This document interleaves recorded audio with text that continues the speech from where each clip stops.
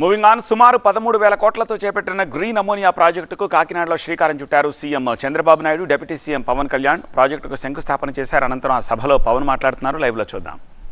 ఒక పెట్టుబడులు వచ్చే ఒక బలమైన కంపెనీగా దీన్ని తయారు చేయడం మనస్ఫూర్తిగా వారికి నా అభినందనలు తెలియజేస్తున్నాను. కాకినాడలోని 495 ఎకరాల విస్తీర్ణంలో ఇది ఏర్పాటు కానున్నది. సంవత్సరానికి 1.5 మిలియన్ మెట్రిక్ టన్నుల గ్రీన్ అమోనియా ఉత్పత్తి లక్ష్యంగా నిర్దేశించబడింది. 15,600 కోట్లు పెట్టుబడులు ఉండగా దానికి అనుసంధానంగా సుమారు $8 బిలియన్ అంటే దాదాపు 60, మన డబ్బులు చెప్పాలంటే 66,400 కోట్ల విలువైన రెన్యూబుల్ ఎనర్జీ పెట్టుబడులు కూడా భవిష్యత్తులో సాధ్యమవుతాయి.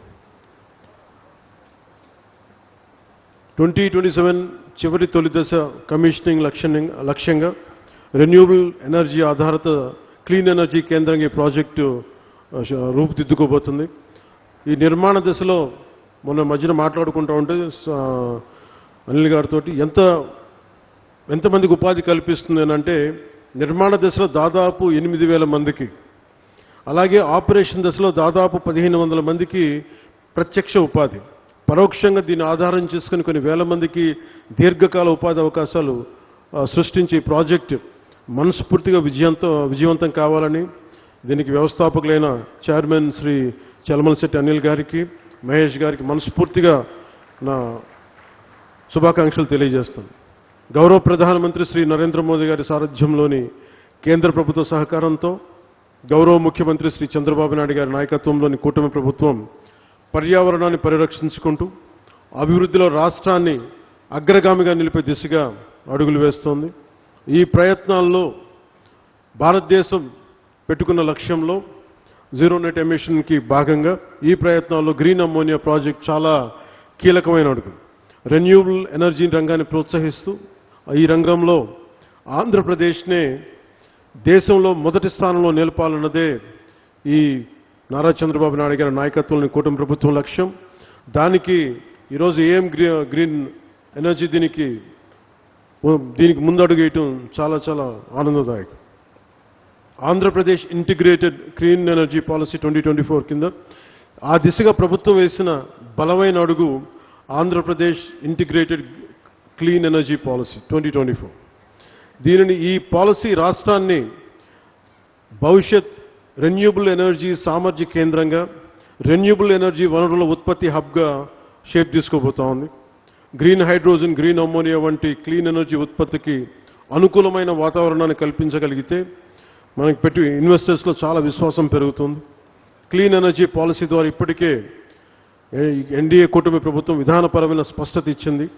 గ్రీన్ ఎనర్జీ ఉత్పాదనకి ఆంధ్రప్రదేశ్ గమ్యస్థానం కావాలి.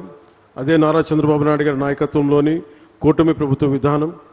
ఈ క్లీన్ ఎనర్జీ పాలసీని సద్వినియోగం చేసుకుంటూ ఈరోజు ఏఎం గ్రీన్ సంస్థ మన కాకినాడలో దేశంలోని మొట్టమొదటి 1 మిలియన్ మెట్రిక్ టన్నుల సామర్థ్యం గల గ్రీన్ అమోనియా తయారు కేంద్రాన్ని ఏర్పాటు చేసేందుకు ముందుకు వచ్చినందుకు మనస్ఫూర్తిగా మరోమారు వారికి శుభాకాంక్షలు తెలియజేసుకుంటూ, దేశ కాలుష్య రహిత ఇంధన ప్రయాణంలో ఇది ఒక మైల్ స్టోన్గా మనం అభివర్ణించవచ్చు. మనకి ఈ ప్రాజెక్ట్ రెన్యూబుల్ ఎనర్జీ సాయంతో నీటిని ఎలక్ట్రాలిసిస్ చేయడం ద్వారా గ్రీన్ హైడ్రోజన్ ఉత్పత్తి చేస్తుంది. ఈ ప్రక్రియలో వాతావరణంలోని ఈ కార్బన్ ఎమిషన్స్ని పూర్తిగా క్లీన్ చేస్తుంది. పర్యావరణ పరిరక్షణ ఈ యజ్ఞంలో గ్రీన్ అమోనియా ప్రాజెక్ట్ చాలా కీలకమైన అడుగు. ఏఎం గ్రీన్ సంస్థ ఏడాదికి 0.5 మిలియన్ మెట్రిక్ టన్నుల గ్రీన్ అమోనియాను సరఫరా చేసేందుకు జర్మనీకి చెందిన ప్రముఖ ఇంధన సంస్థ యూనిపర్తో ఒప్పందం కుదుర్చుకుంది. తొలిసారి భారతదేశం నుంచి యూరోపియన్ దేశాలకు జరుగుతున్న క్లీన్ ఎనర్జీ ఎగుమతి ఒప్పందం. ఈ చారిత్రాత్మక ఒప్పందానికి ఆంధ్రప్రదేశ్ కేంద్ర బిందువుగా ఉండడం మనందరికీ చాలా చాలా గర్వకారణం. గ్రీన్ అమోనియా ప్రాజెక్ట్ దేశ రాష్ట్ర సుస్థిర అభివృద్ధి సాధనలో ఒక బలమైన గేమ్ చేంజర్. వ్యవసాయం నుంచి రవాణా వరకు అన్ని రంగాల్లో సుస్థిర అభివృద్ధి సాధనకు ఇది చాలా ఉపయోగపడుతుంది. రవాణా, పారిశ్రామిక, జల రవాణా రంగాల్లో క్రూడ్ ఆయిల్ తాలూకు వినియోగాన్ని గణనీయంగా తగ్గిస్తుంది. ఎరువుల తయారీ, విద్యుత్ ఉత్పత్తి, పారిశ్రామిక రంగాల్లో కార్బన్ ఎమిషన్స్ని చాలా బలంగా తగ్గిస్తుంది. దీర్ఘకాలికంగా దీనికి వచ్చే ఉపయోగాలు క్రూడ్ ఆయిల్ ప్రమేయం లేకుండా ఎరువులు తయారు చేయటం, ఫార్మా, రసాయన, ప్లాస్టిక్ ఆధారిత పరిశ్రమల్లో ముడి పదార్థంగా గ్రీన్ అమ్మోనియా ఉపయోగపడుతుంది.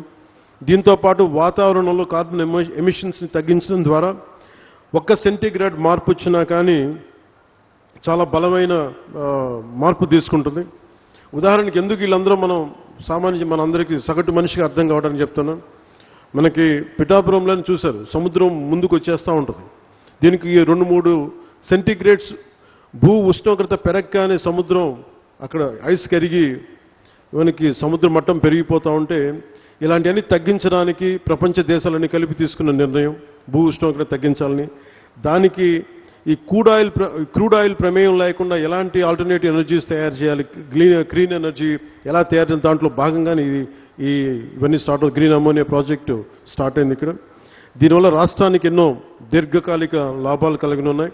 విద్యుత్ రంగం సంక్షోభం నుంచి పెట్టుబడిదారుల విశ్వాసం దిశగా ఇది ముందుకెళ్తుంది. గత ప్రభుత్వం పాలనలో వచ్చినప్పుడు మీకు తెలుసు, 2 నెలల్లోనే పవర్ పర్చేస్ అగ్రిమెంట్స్ రద్దు చేసి పునఃసమీక్ష పేరుతో విద్యుత్ రంగాన్ని సంక్షోభంలోకి నెట్టేశారు. విదేశ పెట్టుబడిదారులని ఇబ్బందులు గురిచేసి కోర్టు కేసుల వల్ల చాలా ఫైన్స్ చెల్లించాల్సిన పరిస్థితి తెచ్చారు. అలాగే ఈ కియా కంపెనీ యాజమాన్య ప్రతినిధులను కూడా చాలా బహిరంగంగా బెదిరించారు.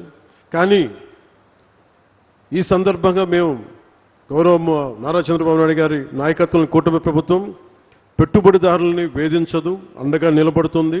తద్వారా యువతకి ఉద్యోగాలు, ఉపాధి అవకాశాలు కల్పించే దిశగా రాష్ట్రాభివృద్ధిలో ప్రతి ఒక్కరూ భాగస్వాములుగా మారాలని కోరుకుంటూ సెలవు తీసుకున్నాను. జై హింద్ అండ్ జై భారత్.